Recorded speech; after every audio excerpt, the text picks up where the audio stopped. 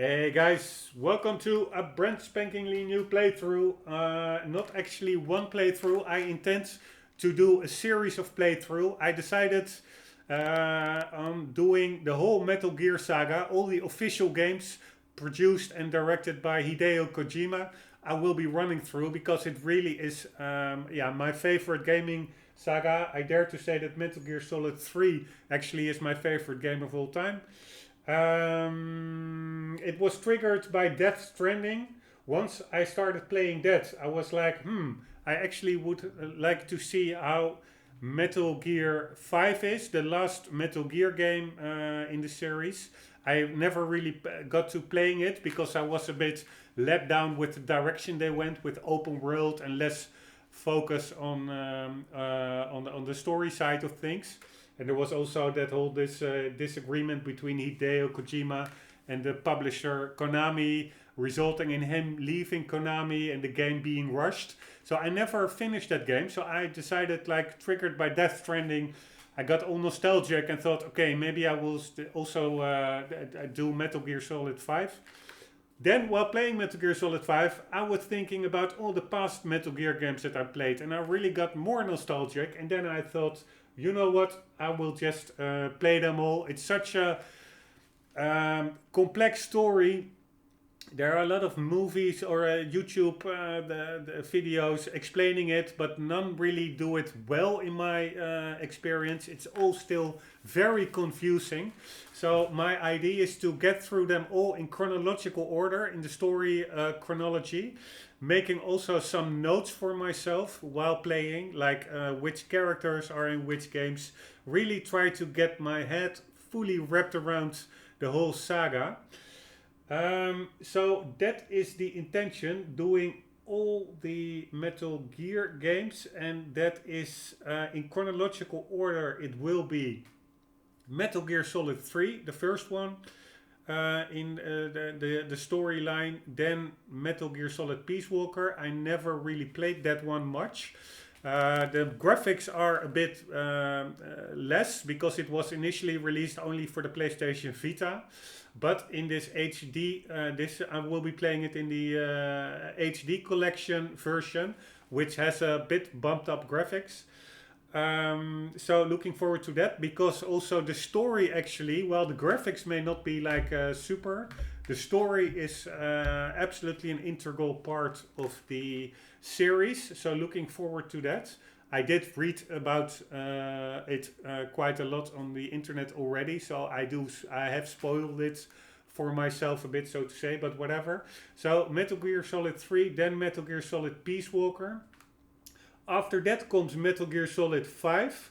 That is the latest game that was released, like last year, I think. But it's only the third game in the story.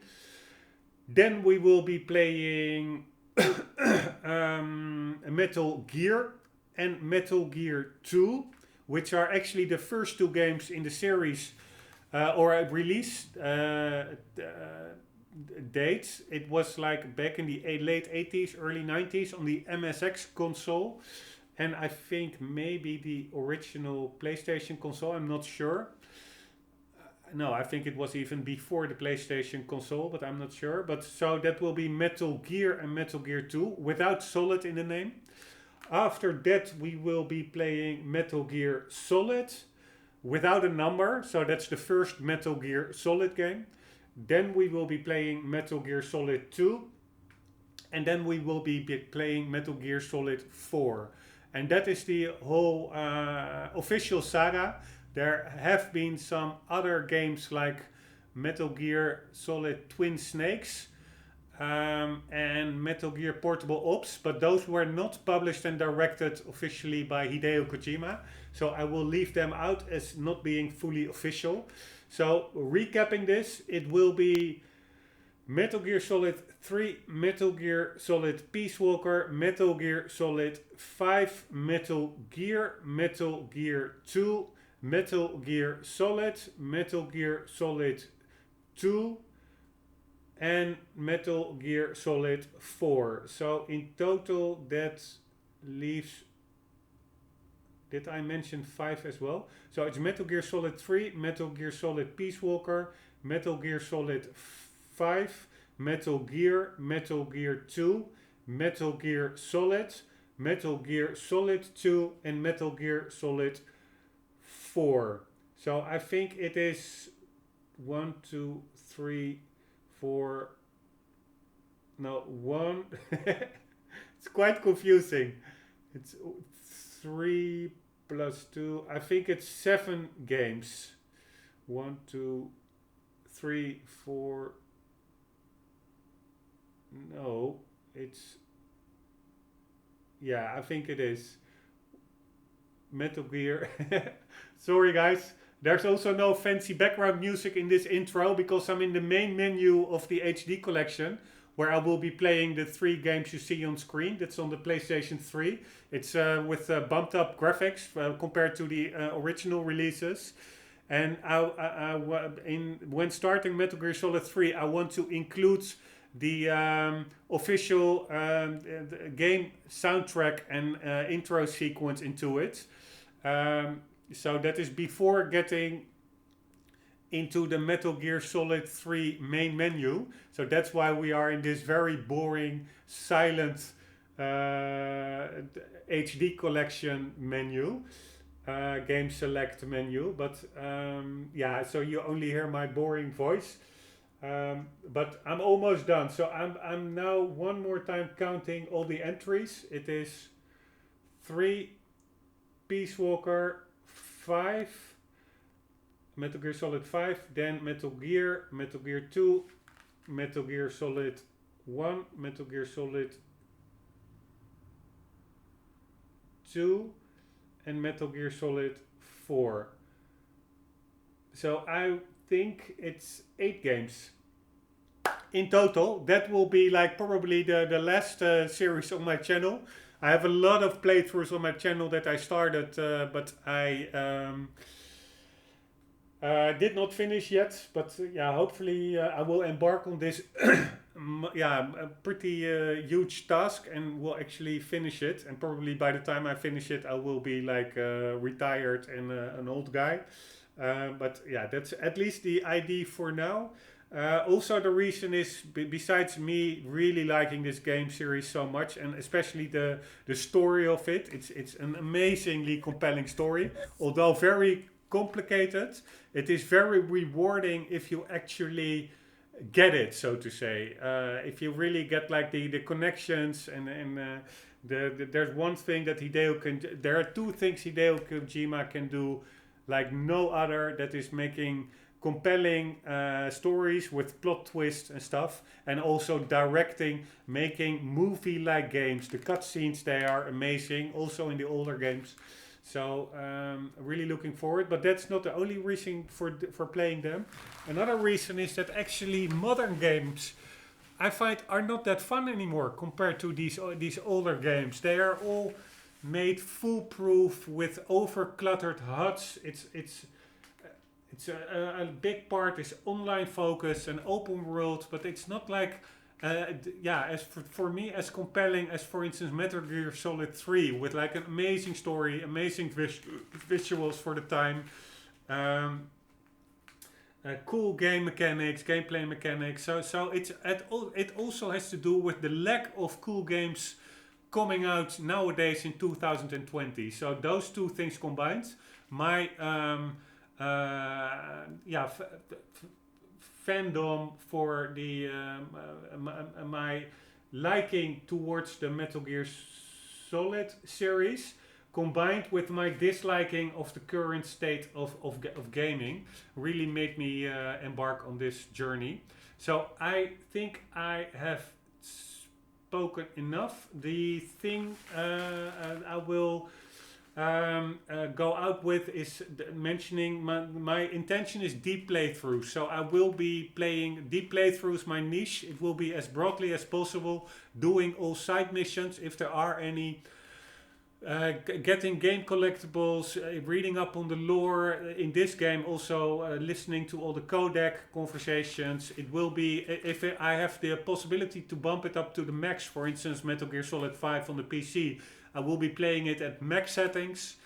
Yeah, so and max difficulty. I won't be doing like the super S++ ranks difficulties where you have to really finish the game within a certain period of time. But I will be playing it like the regular highest difficulty. I think for Metal Gear Solid that is called Extreme. I will be always selecting the highest difficulty.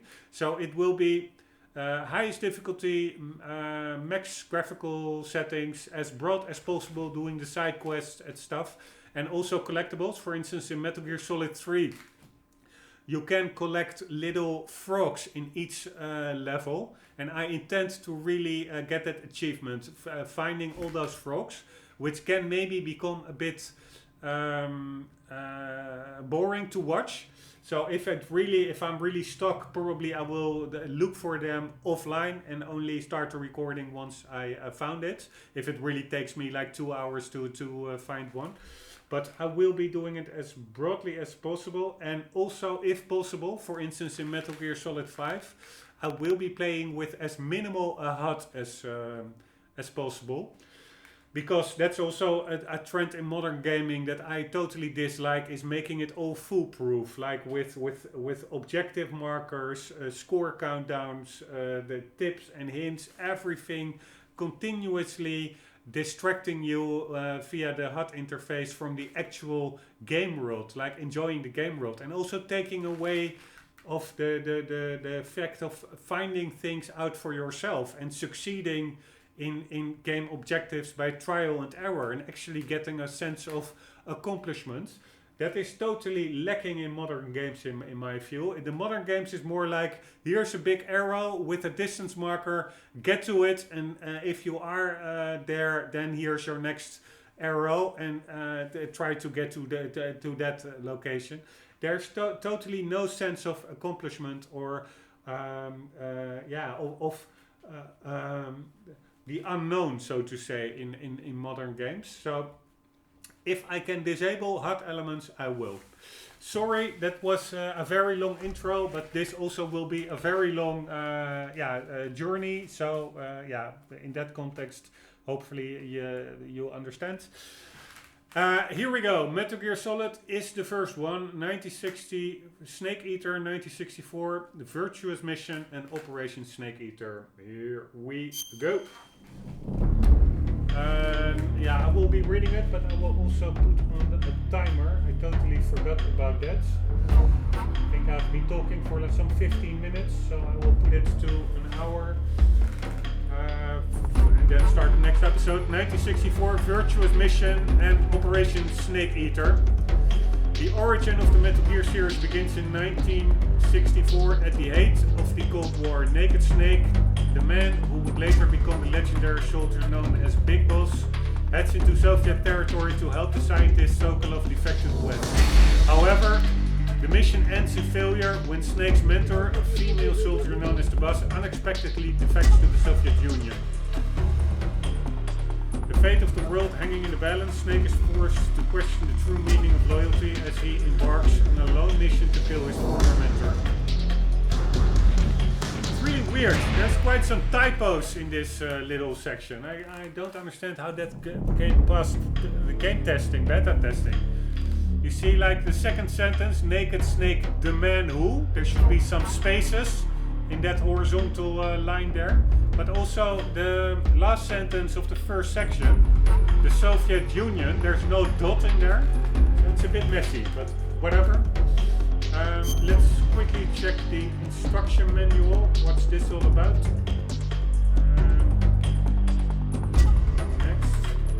Holy shit.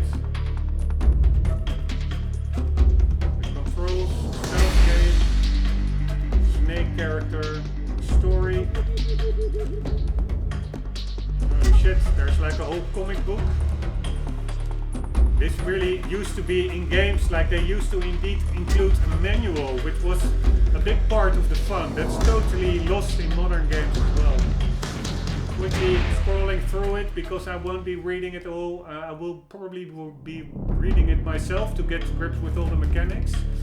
But I've been already talking way too much, so I will spare you more of my voice. And I will just try to get into the game as quickly as possible. Holy shit, this is a pretty long manual. It's not even only for Metal Gear Solid 3, it's also for Metal Gear and Metal Gear 2. Holy shit. And then some arts of the characters, timeline. And there we have it. That was the manual. And do we have anything else? We have a scroll button as well. I'm not sure where that's for. Zoom in. Alright. That scroll is probably for if you've scrolled in. Zoomed in. Yeah, then you can scroll along. So here we go. Looking forward. See you on the other side.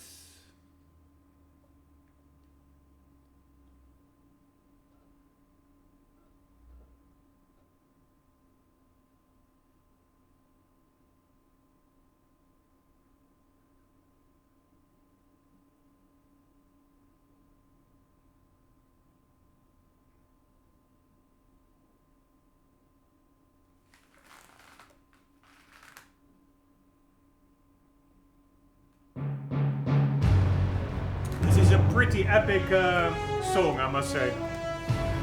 Really brings back the nostalgia of when I played this the first time. What a thrill, with darkness and silence through the night. What a thrill, I'm searching and I'll melt into you. Fear in my heart, but you're so supreme. I give my life, not for honor, but for you. In my time, Really got the whole 007 Secret Agent 60s vibe going on.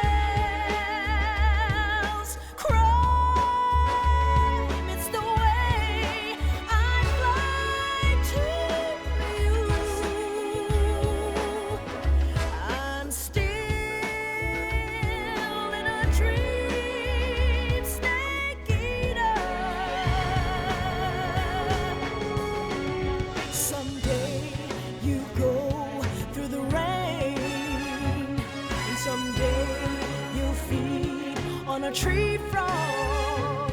It's ordeal, the trial to survive. For the day we see new light, I give my life, not for honor, but for you. In my time, there'll be no one else. Crime, it's the way I'd like to live. I'm still in a dream, snake eater.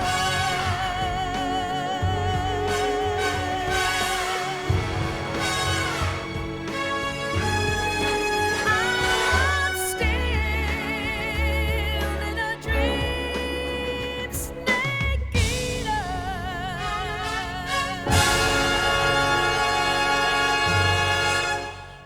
Pretty damn epic, I must say. Seriously.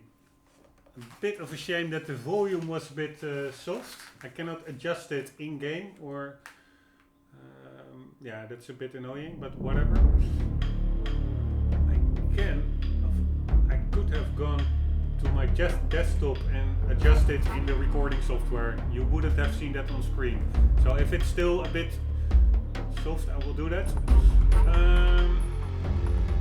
that will not interrupt the recording, so to say. I think. I'm pretty sure. Alright, this is the main menu. Yeah, I am, sorry guys, trying to bump up that volume a bit. Going to my desktop, still running. Hopefully I can do this while it is running. I think so, yes. Let's put it to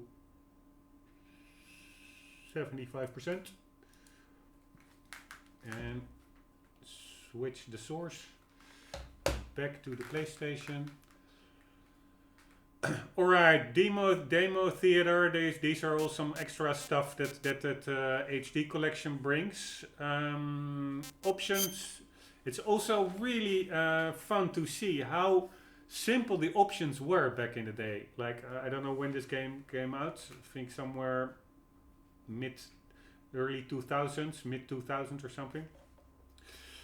Blood is on normal view, normal camera modes. That's a big change with the original game. This game allows, the HD collection allows for an actual full camera control, like controlling the camera with the right thumbstick and the movement with the left thumbstick, instead of like a fixed isometric or top-down view that the original game had, which was way more restricted.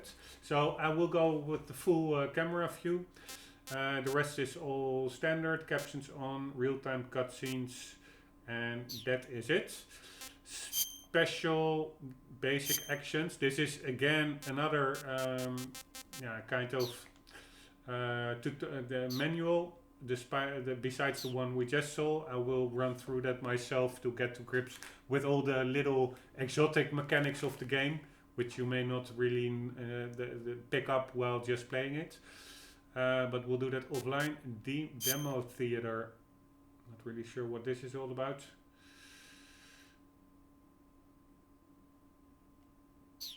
No ID. Briefing files, virtuous mission, Operation Snake Eater. But yeah, we'll look at that later on. Load game, new game. These are the two Metal Gear games. They are also bundled in the HD collection. I will be playing them when they pop up. So that will be after Metal Gear Solid 3, which we're doing now. Then it will be Metal Gear Solid Peace Walker. Then Metal Gear Solid 5. And then Metal Gear and Metal Gear Solid 2 Solid Snake. No, Metal Gear 2 Solid Snake, yes. I think I said it correctly. And then after those we will be doing Metal Gear Solid 2 and Metal Gear Solid 5. Transferring, that is just connecting through, I think, a PlayStation Vita. Yes, I don't have it, so not relevant. And this is back to the screen where we were in the HD collection.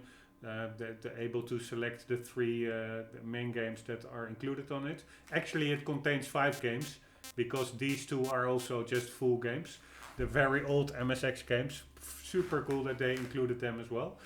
And also saves me a lot of hassle trying to get them to run on a modern PC. If they weren't here on the PlayStation 3, I probably would have had to check whether I could get them run via an emulator on the PC, because I don't have an MSX console. But that is not necessary. I can just start them, boot them up from here. And what is special again?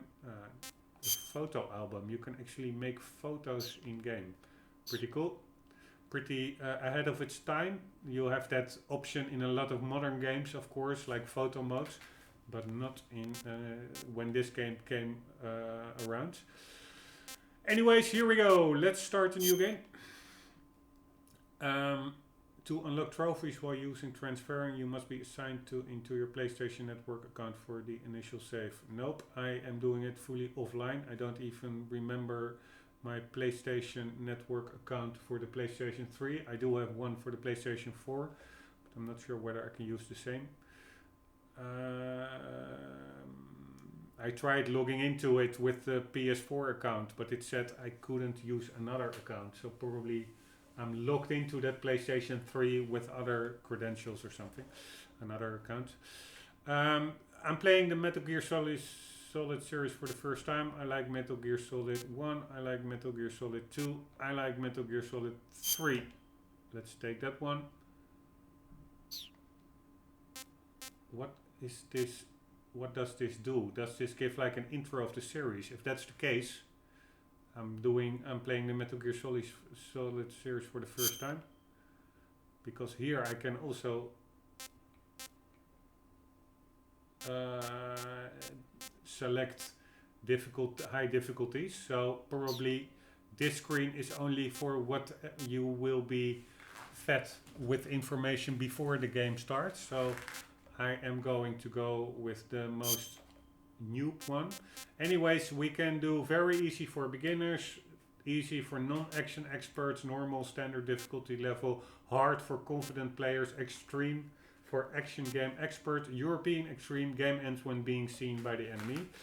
I'm not going to go with European extreme, I am going to go with extreme, because this one, I assume that the game also, you cannot restart. I wonder, let's see what that is all about, whether your game really ends, or whether you can go back to a previous save. 1 second. Metal Gear Solid 3 European Extreme. Let's see what that does.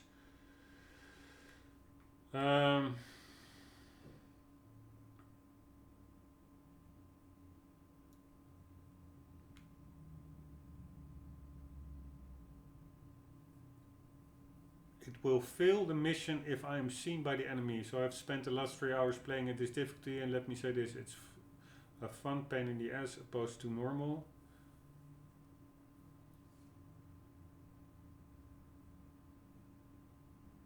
One second. Alright, what's the difference in European Extreme? Almost there, I hope.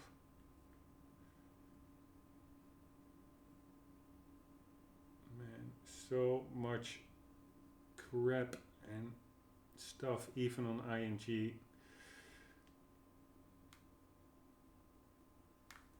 Almost there.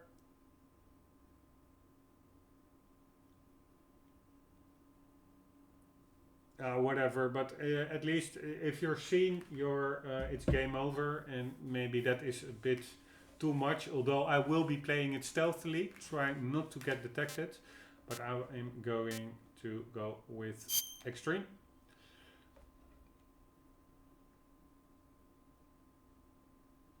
And let's see. After the end of World War II, the world was split into two, East and West. This marked the beginning of the era called the Cold War.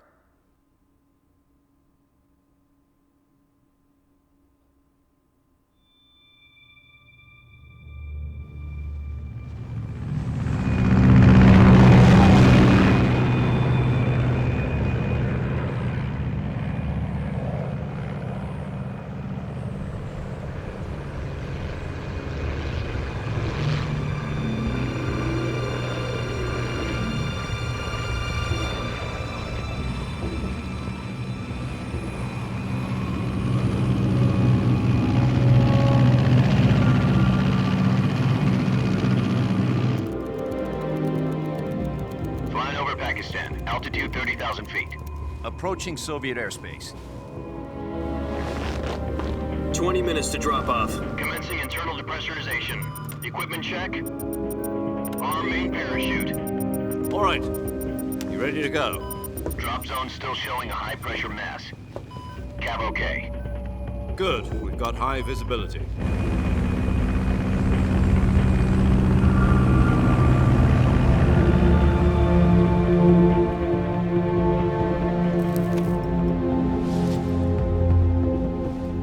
That cigar. Connecting oxygen hose to interior connector. Put on your mask.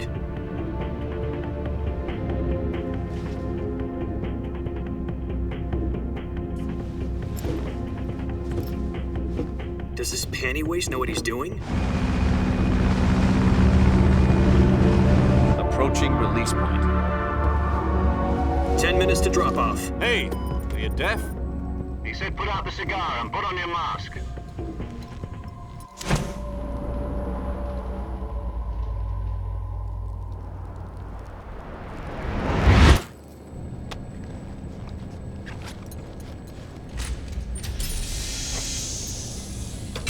Depressurization complete. Checking oxygen supply. 6 minutes to drop off. Opening rear hatch.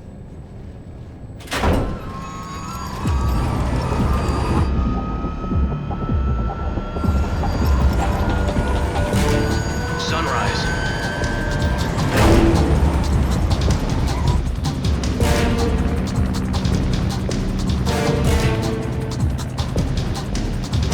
External temperature minus 46 degrees Celsius. 2 minutes to drop off. Stand up. You'll be falling at 130 miles per hour. Try not to get frostbite from the wind chill. 1 minute to drop off. Move to the rear. Activate bailout bottle. This is one for the history books. The world's first halo jump. 10 seconds to drop off. Stand by. Status okay. All green. Prepare for drop-off. Countdown. 5, 4, 3, 2, 1. Spread your wings And fly. God be with you.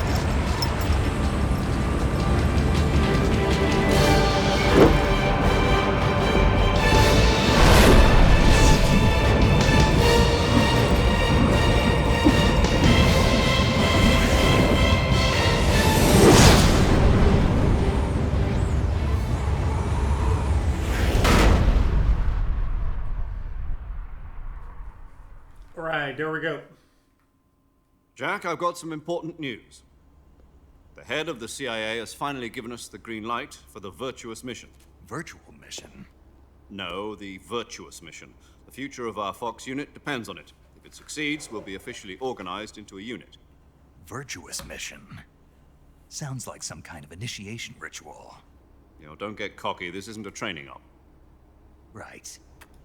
So what exactly is this wonderful mission? Well, about 2 years ago, a certain Soviet scientist requested asylum in the West through one of our moles. His name is Nikolai Stepanovich Sokolov. He's head of the OKB-754 Design Bureau, one of the Soviets' top-secret weapon research facilities, and the East's foremost expert on weapons development. Sokolov? Isn't he that famous rocket scientist? The very same.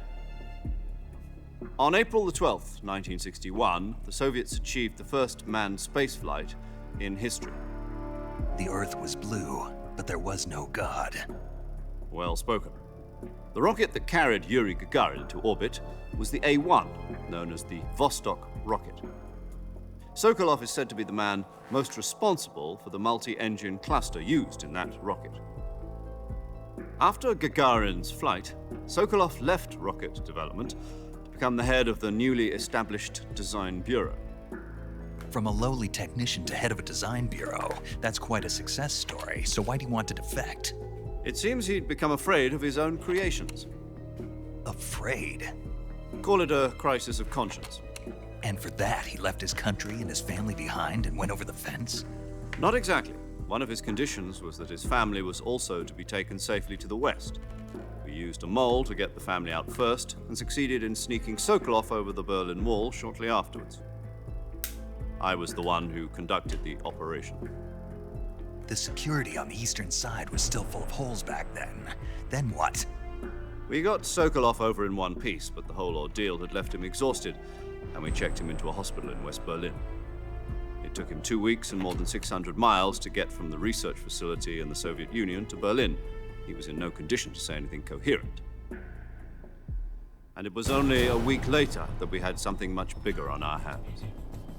The Cuban Missile Crisis. October the 16th, 1962, President Kennedy received word that the Soviets were in the process of deploying intermediate-range ballistic missiles in Cuba. The President demanded that the Soviets dismantle and remove the missiles. At the same time, he announced a naval blockade to prevent further missile shipments from reaching Cuba. But the Soviets didn't back down, instead placing their armed forces on secondary alert. Soviet transport ships carrying missiles continued on course towards Cuba. US and Soviet forces went on alert for an all-out nuclear war. Frantic negotiations were conducted through the UN's Emergency Security Council and unofficial channels to end the hair-trigger standoff. Finally, on October the 28th, the Soviet Union agreed to remove its missiles from Cuba, and so the world avoided a nuclear holocaust. But in order to get the Soviets to pull their missiles out, we had to make a deal. You mean the one where the US agreed to remove its IRBMs from Turkey? No. The Jupiter IRBMs deployed in Turkey were obsolete, and we were going to get rid of them anyway. They had no strategic value whatsoever to either the US or the Russians. The Turkey deal was a ruse, a cover story that was fed to the other intelligence agencies around the world. So what did the Russians really want? Sokolov. They wanted us to return Sokolov. You mean the Soviets pulled out of Cuba just to get their hands on Sokolov? That's right. What the hell was he working on? At the time, we had no idea. We were running out of time. It was either give up Sokolov or risk full-scale nuclear war. In the end, we had no choice. President Kennedy gave in to Khrushchev's demand. The next day, I got Sokolov out of the hospital, handed him over to agents on the eastern side. Sokolov kept on screaming, "Save me," until he disappeared from my sight. Then, a month ago, we received some new information from one of our moles. About Sokolov? Yes. He was taken back to the research facility and forced to continue working on the weapon in question under KGB supervision. What's more, it's on the verge of completion. So what kind of weapon is it? Something to do with space rockets? No, missiles. Same technology. I guess you're right. We don't know the details, but it appears to be a new kind of nuclear device. For half a year now, the Soviets have been conducting frequent nuclear tests at Semipalatinsk. Something to do with the weapon, I assume. We're talking about a secret weapon so big that Khrushchev was ready to pull out of Cuba to get it back. Is Sokolov still in the facility? No. According to our intelligence, he's in Selinoyarsk, a place in the mountains about 3 miles to the west that's known as the Virgin Cliffs. The Virgin Cliffs. Nice name for a virtuous mission. They moved him there just recently. Why? Apparently, they're conducting a field test of the weapon, but it's our best chance to get him back. This mission would never have been possible if he was still in the research facility. This is our last chance. Sokolov must have known that too when he contacted us.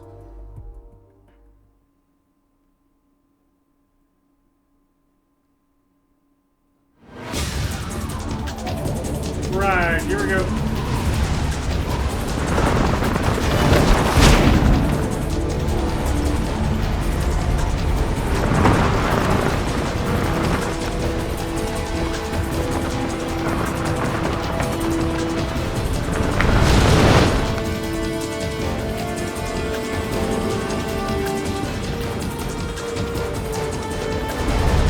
Listen up, Jack. Your mission is to infiltrate Selinoyarsk in the Soviet mountains, ensure the safety of Sokolov, and bring him back to the west.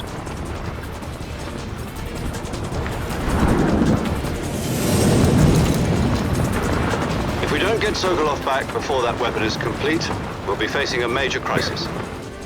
The clock is ticking.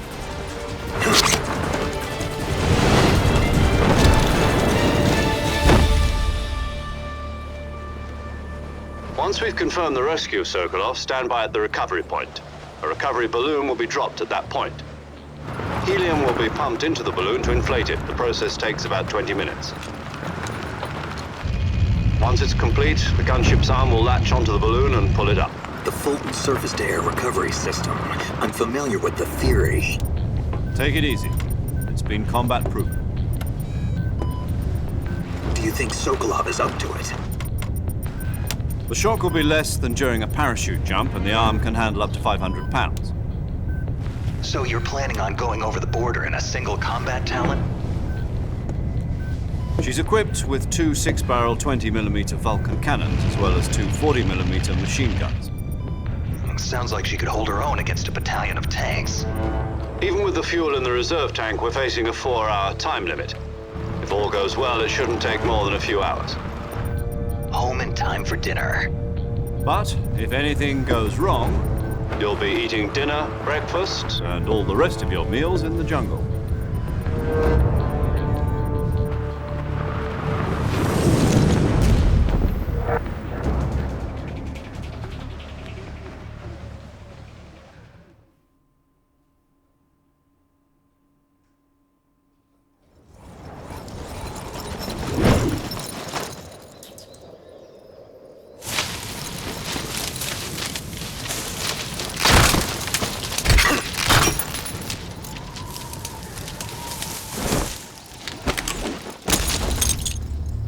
Alright, here we are. It really remains a really cool story in my book. In my view.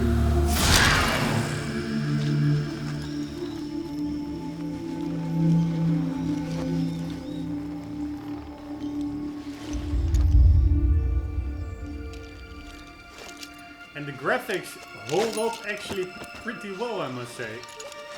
Shadows. Didn't even remember that there were shadows in this era.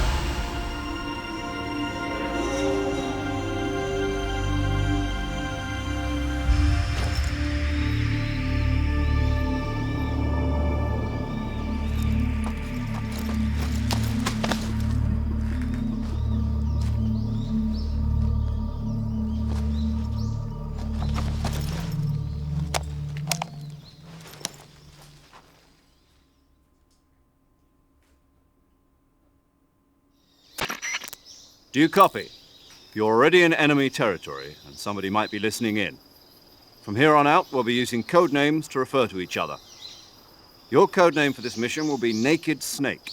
I'll be referring to you as Snake from now on. You're not to mention your real name. Snake? What, you don't like snakes? What do you mean? You've eaten one before, haven't you? In survival training? I'm glad to hear that. I don't know if I'd ever order one in a restaurant, but... Be careful, you might not have a choice. What about you, Major? What should I call you? Let's see. I'll be Tom. Call me Major Tom. This will be a sneaking mission. You must not be seen by the enemy.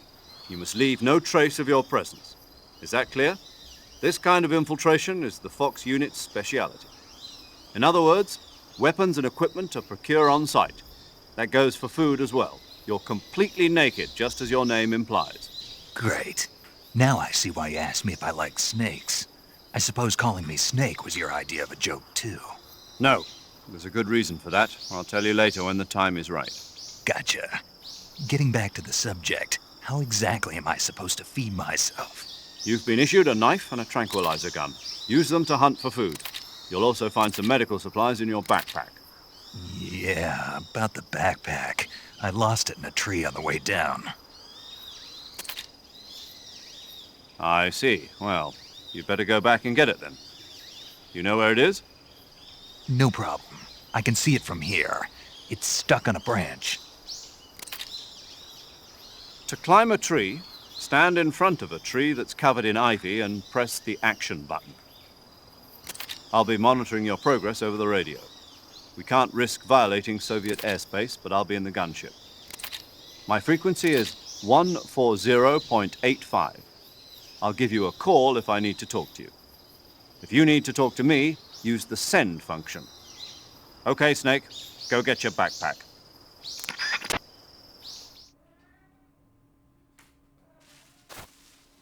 Right, here we are, Dremuchi South. I quickly have to... Oh, my cat. My cat has like major irritation in her ear. Hey! 1 second. Oh, come here. You go. Come here. Hey! 1 second, guys.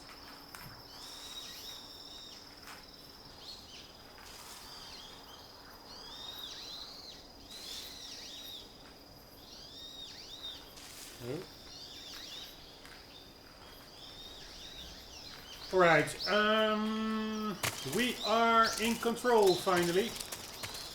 And we have like first person view. We have a knife. We have a revival pill. A espionage pill developed by the CIA can wake up from fake death. Use with X button in window. And the knife, survive the knife for close combat. Press square button to slash. Press firmly to stab. Press it repeatedly to make a combo attack. Alright. Slash. Stab. And I don't see any stamina meter. And we also have like the combo. Alright, we have to get our backpack.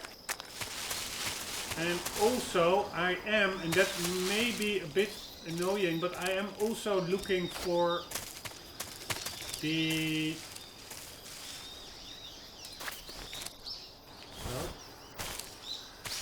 the little frogs that are in each level, which is, yeah, I would like to get them all.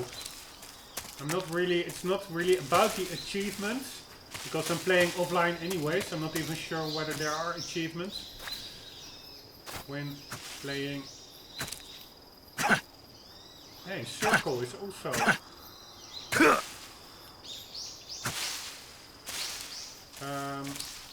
slashing. I'm not sure what circle normally does, but we will see that later on. It's not really about the achievement itself, but just I do like collectible hunting. And this for sure is a collectible hunt. Sometimes they are pretty well hidden, those frogs.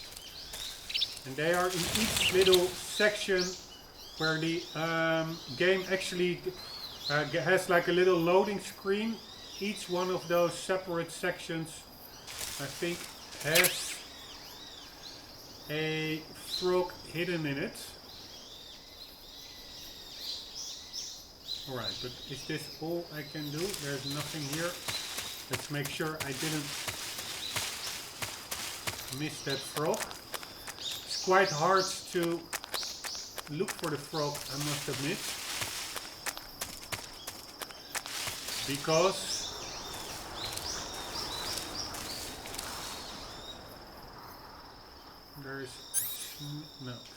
because I have quite some reflection on my screen from the real life sun shining in. Right.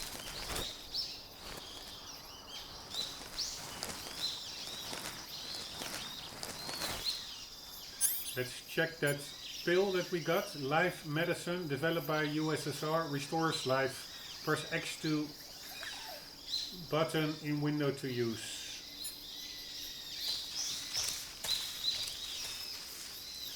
By the way, 1 second, can I minimize that HUD? Is that possible? Nope.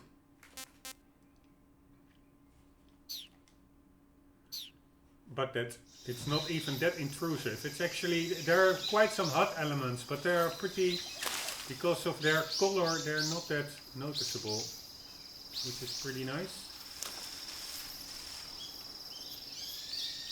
Alright. Not sure what button it was. The triangle button.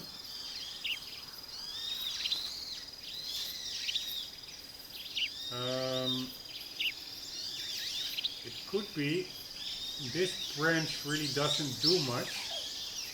There's nothing I can pick here, but sometimes those frogs are hidden out of sight when you're just walking about, and then you really have to...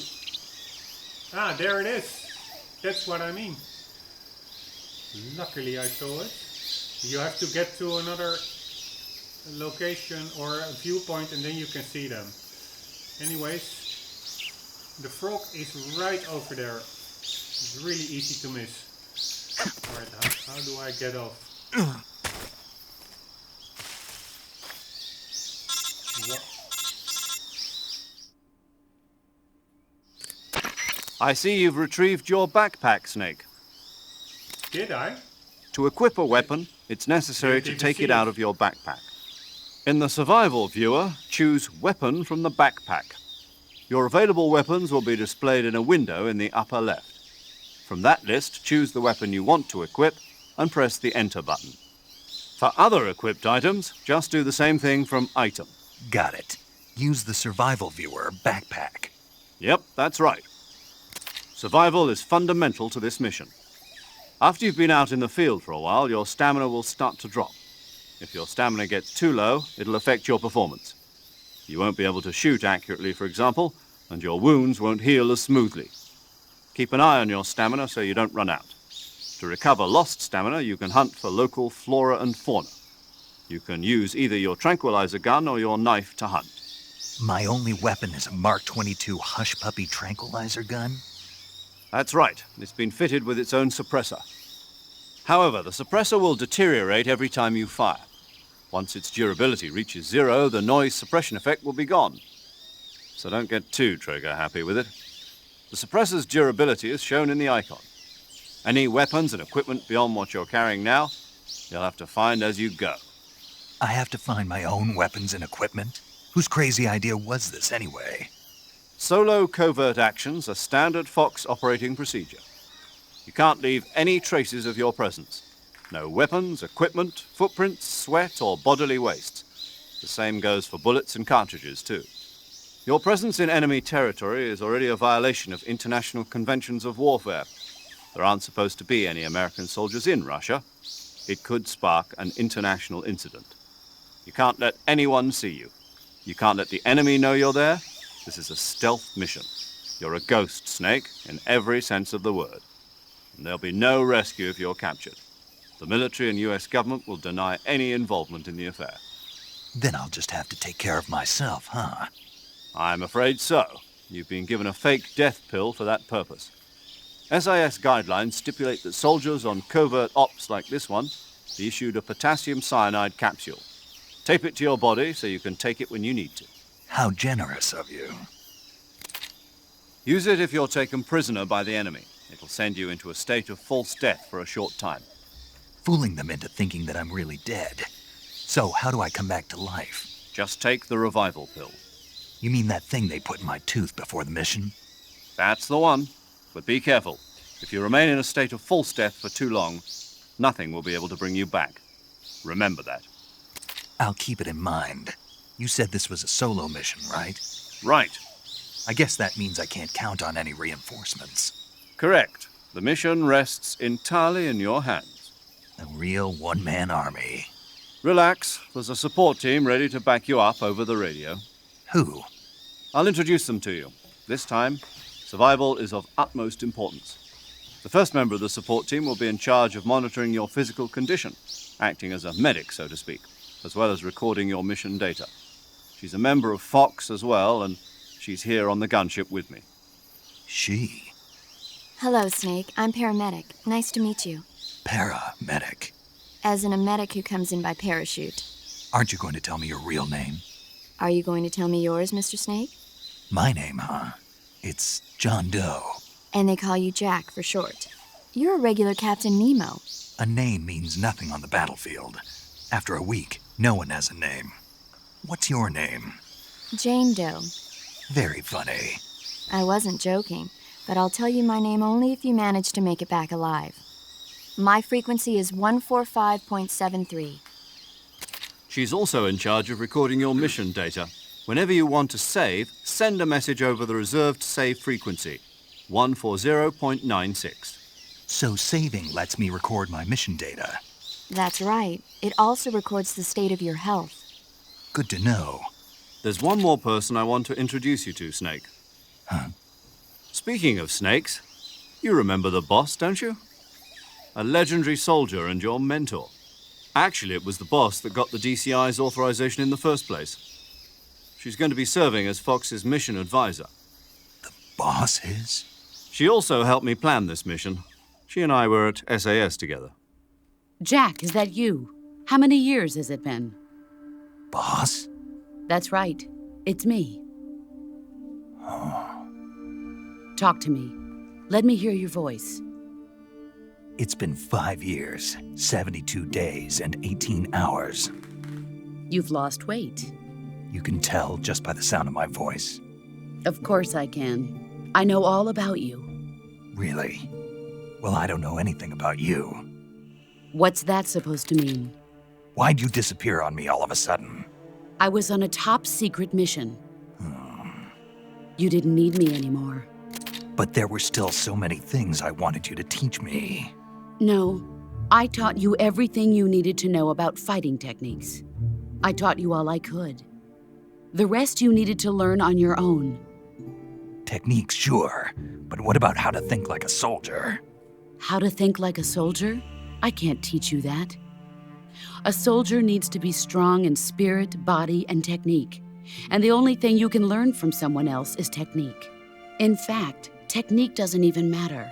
What's most important is spirit. Spirit and body are like two sides of a single coin. They're the same thing.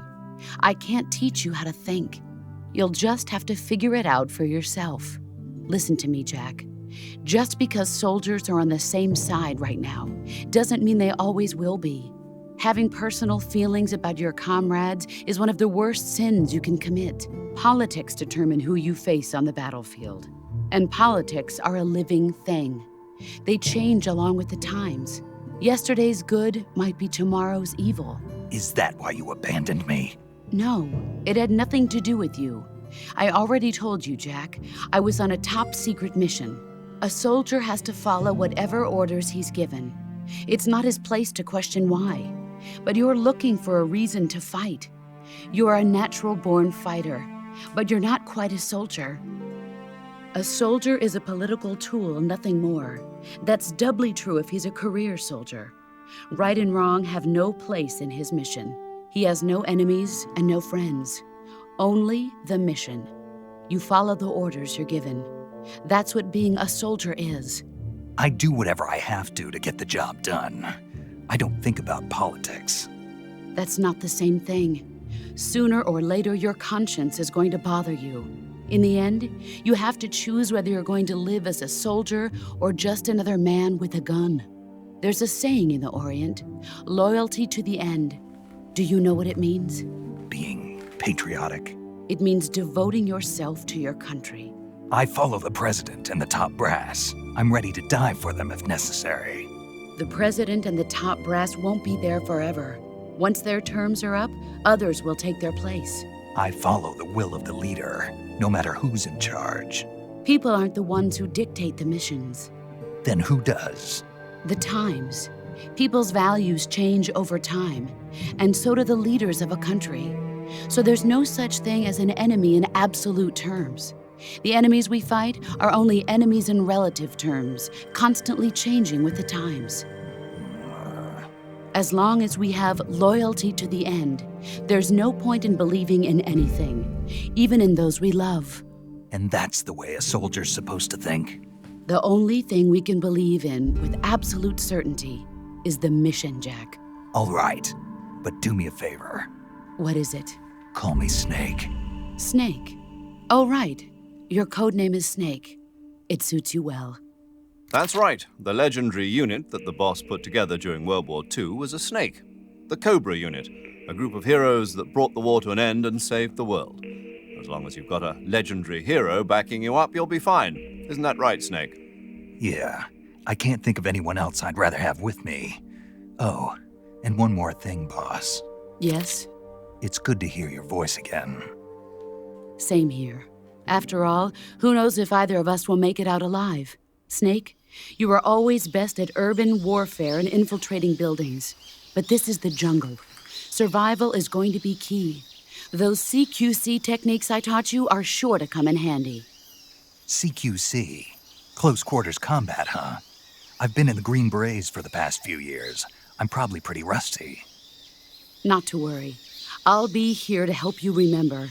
After all, this is your first actual survival mission. I'll be supporting you over the radio. Where are you, boss? Next to the Major? The boss is communicating with us by radio from aboard a Permit-class submarine in the Arctic Ocean. My frequency is 141.80. Call me if you need my advice on battle techniques. Gotcha. Your mission is to retrieve Dr. Sokolov. Dr. Sokolov is being held in an abandoned factory located to the north of your current position. Avoid heavy combat and don't let anyone see you. Don't forget that this is a stealth mission.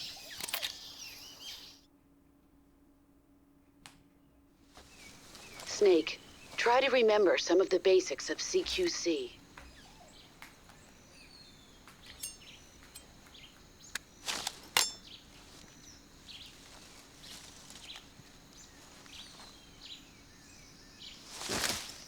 Commencing virtuous mission now.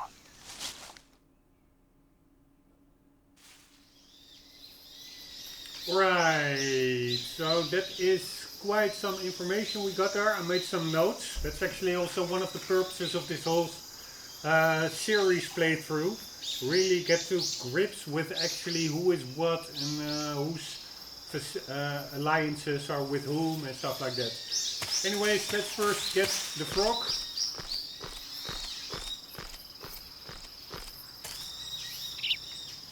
Here we go.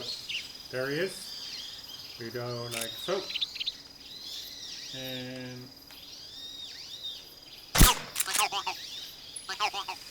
alright, first one down.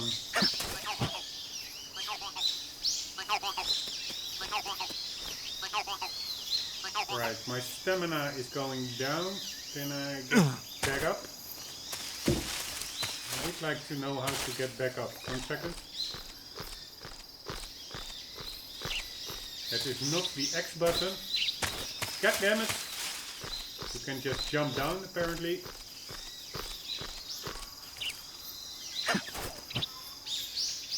And yes, so doing the action button again climbs back up.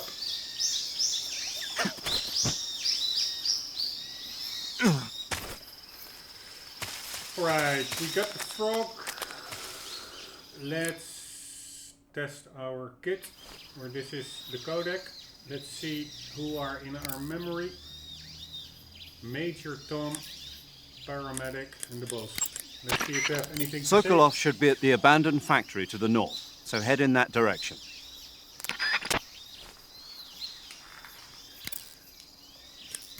Paramedic. That area is home to the reticulated python. The reticulated python is said to be the longest snake in the world. The biggest ones can grow up to 10 meters in length. Although they're not poisonous, they're still very dangerous, so be careful around them. They have a highly ferocious temperament, and they can swallow whole, even large animals like deer and pigs. Their most distinguishing feature is the mesh pattern of their scales. This pattern acts as a highly effective natural camouflage. If you think there might be a reticulated python about, pay close attention to your surroundings. Otherwise, you could get bitten before you even know it's there. It's a huge snake, but you should be able to capture it alive by using the tranquilizer gun. I'll bet if you capture one and throw it at an enemy, it'll give him a good scare. Right. But how do they taste? Huh? Do they taste good? You're actually going to eat one. Why else would I be asking? Cannibal. What was that? Nothing. Let's see what the guide says. Ah, you're in luck. It says they taste pretty good. Good. I can hardly wait. Ugh. Alright, this is like little tips you get from these codec conversations as well. Like you can throw snakes apparently to enemies. Yeah, there's so much content in this game. I must say the voice acting and the music and the sound design is really still unparalleled in my book. I mean, we're just watching a static screen and still it's pretty engaging, at least to me it is. Let's see how quickly they go into a loop. The gauge below your life gauge is your stamina gauge. It shows, as the name suggests, your remaining stamina. As you consume stamina, your natural life regeneration is slowed and your hands shake more. Your O2 gauge and grip gauge also become shorter. Excessively low stamina can often impede your mission objectives. Make sure you replenish stamina before that occurs. Alright, so stamina also affects the regeneration of health, I guess? Eat food to recover stamina. Capture plants and animals to get food. I have information on the local plants and animals, so don't hesitate to ask.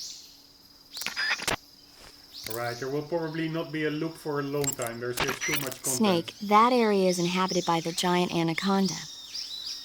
The giant anaconda is believed to be the largest snake in the world in terms of weight and diameter. It's not poisonous, but its large size makes it extremely powerful. They say it even eats crocodiles. Its only natural predator is man. And snake. And snake. The giant anaconda is a very large snake, but you should be able to capture it alive using the tranquilizer gun. Got it. So how does it taste? I knew you were going to ask me that. Glad I didn't disappoint you. So? Well, the guide says it tastes all right. Good. I'll have to try some. Ugh. Alright, so that's some wildlife tips. Camouflage is an indispensable tool when you're sneaking through the jungle. To use camouflage, first press the Start button to go to the Survival viewer. Then select Camouflage and press the Enter button. Select Uniform to select Battle Fatigues, and Face to select Face Paint. Choose battle fatigues that match the surrounding environment. The most effective camouflage is attained by selecting fatigues that blend in with the environment. Camouflage patterns that stand out in your surroundings will attract attention. Alright, one more tip from the boss. Visibility is poor in the jungle, so you'll be finding yourself in a lot of unexpected encounters. Naturally, this means that close quarters combat will be more important than ever. So I'll have plenty of chances to use CQC then. That's right. In proximity encounters, firing a gun isn't necessarily the best response to every situation. It's only one option among many. Rather than taking the time to draw, aim, and fire a gun, engaging your opponent in hand-to-hand combat can sometimes be a faster and more reliable way of subduing him. Besides, in a sneaking mission like this one, it's too dangerous to go around firing your gun. You'll end up revealing yourself to the enemy. Yeah, I know. You created CQC to deal with exactly this type of situation. With your help, of course. In a battle situation, you'll only have a split second to decide how to attack. Use the Weapon button to attack using a weapon, and the CQC button to attack using CQC. Press the CQC button once to throw a punch. Pressing it multiple times in succession will allow you to deliver a combo attack. But striking your opponent is just one aspect of CQC. It doesn't really start to shine until you've got your enemy in a hold. Press and hold down the CQC button to grab your opponent with your right hand. From there, you can use the left stick to knock your opponent off balance and throw him to the ground. This can be used to knock an opponent out in a single blow. If you don't press the left stick, grapple with your enemy until you're behind them and can get your knife to their throat. Grabbing an enemy from behind and holding your knife against his throat will render him virtually powerless. From this point, there are several things you can do. Press the CQC button hard to slit the enemy's throat with your knife. Move the left stick and press the CQC button to throw the enemy to the ground. Lightly tap the CQC button rapidly to choke the enemy. You can use this to knock him out or even kill him if you do it long enough. By continuing to hold down the CQC button, you can move around while keeping your grip on the enemy. By pressing the Weapon button, you can aim your currently equipped weapon at another enemy. With their comrade acting as a human shield, the enemy will be reluctant to attack you. Press the left stick to press your knife against the enemy and demand information. You'll be surprised at how much you can learn this way. But don't get too complacent. While your enemy may be powerless in your grip, he'll use any opportunity he can to counterattack.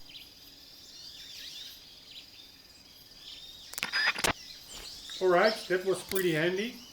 So here we can save the game. Saving the game, Snake? Okay, no. good luck, Snake. Thanks. Let's do one more from Major Tom. Or let's see what this is. Nope. Snake, intelligence indicates that that area is outside the enemy's cordon. so you shouldn't have any unexpected encounters with enemy patrols. I think it will be a good idea to take this time to get accustomed to using your camouflage, hunting for food, and navigating the survival viewer. If you have any questions about camouflage or CQC, ask the boss. Paramedic is the medical correspondent for this mission. Ask her about hunting for food and medical treatment. Also, she has documents detailing flora and fauna in the operation locale. Contact her if you need detailed information on any of the plants and animals in your area. Right. Indeed, let's use this area to get to grips with the game. So this is the weapon button.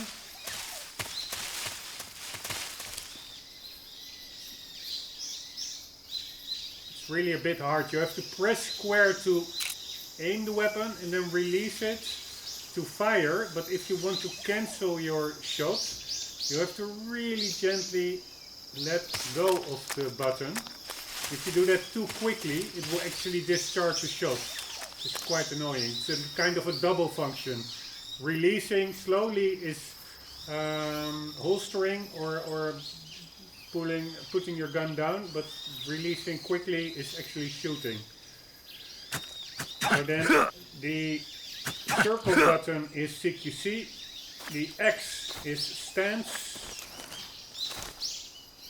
and the triangle is action, I would think. And let's just grab that snake just for fun. Where the hell is it? Ah, there it is. Oh, I cannot walk around while in first person. So. Alright, we have a live one. And also let's check our survival viewer. Not sure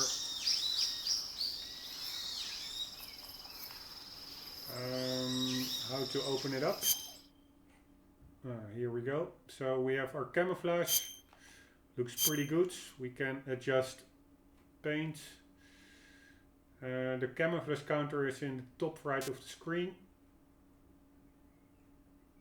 +5. I guess the higher the number, the better it is. Camouflage. So let's use some wood paint. Or we can use a mask. A Raiden mask. But let's go with the wood paint. And the uniform, we will go with tiger stripe. Effective in trees, grass, or against soil. Looks pretty good to me. Oh, hitting the episode timer marker, but let's quickly end this. So we're good to go. And then this was the camouflage. We have the backpack. Binoculars, let's equip them.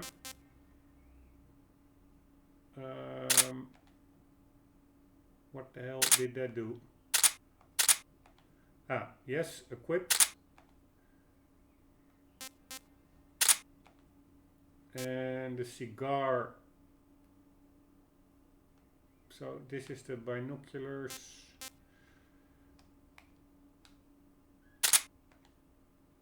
What the hell? Cigars, highly addictive and hazardous. Revival pill, fake death pill. Highly. Alright, I cannot read that description. SP and S pill developed by the CIA can fake death temporarily. Alright. Medicine we already read. Yeah, let's equip it as well, why not? And these are all the items. And let's get to the weapons. We have equipped the survival knife, the Mark for close combat. Press square to slash. Press firmly to stab. Press it repeatedly to make a combo attack. the Mark II pistol, tranquilizer gun, press square button to aim and release to fire, put on off suppressor with the X button. I find it a weird mechanic with the firing, like X or square to draw and release square to fire. It's, I must miss something. How can I just surely and quickly put down the gun without firing and releasing very gently the square button if you're in a bind, like in the mid of the action, that really goes wrong. You mistake. You probably there's a big chance you will fire discharge the weapon by accident, because it's the same button action. The only difference is one is a quick release and the other is a slow release. But if you're in the action, it's quite hard to do a slow release of a button. But yeah, maybe I have to figure that out later on. I don't think there's any other way, but it is what it is. Directional mic. Microphone that can pick up small sounds. When equipped, it picks up sounds in the pointed direction. And we have the giant anaconda, which we can use as distraction. Press square button to hold, release to throw. How strong button is pressed varies the distance. Alright. So that is our stuff. We have 8 weapons we can equip. We have 4 equipped. 3 kilograms. What's the viewer? Ah, there's actually a detailed thing. Not venomous.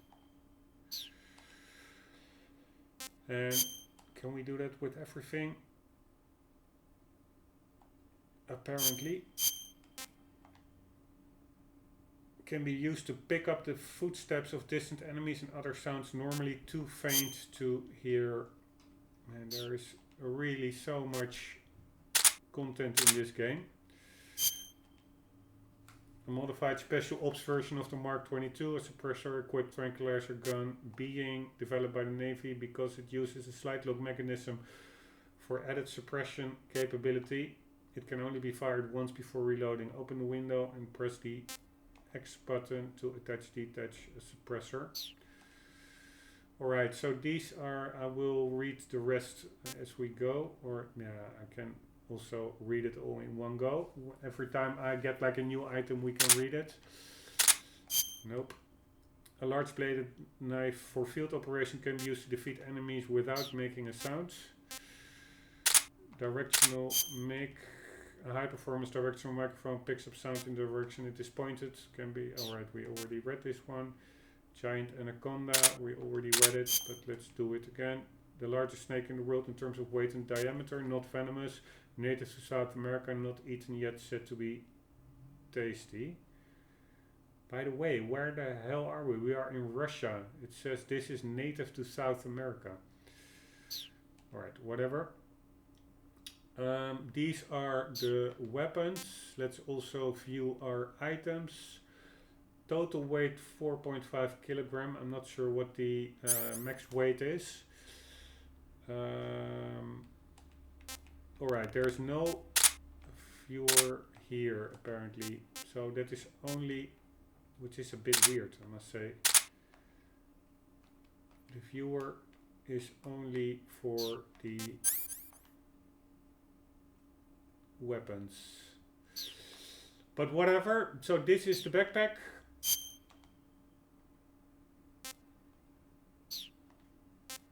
We have food, a giant anaconda, captured alive. Also pretty, we can eat or dispose. No, let's just leave that. It's pretty cool. Like to the bottom, top left, you see position, rotation, targets. I'm not sure what TRG means.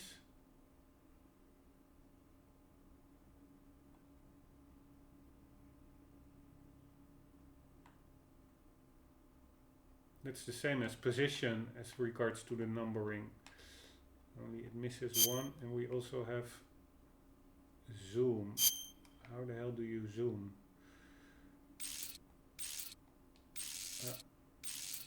That's the zoom.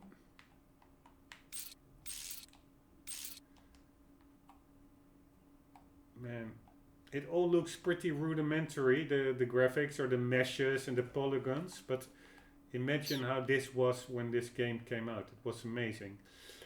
We have 3 cages, so to say. Then we have the options screen, we already saw that, and we have a map. And we are in the first section. We already got like the little froggy.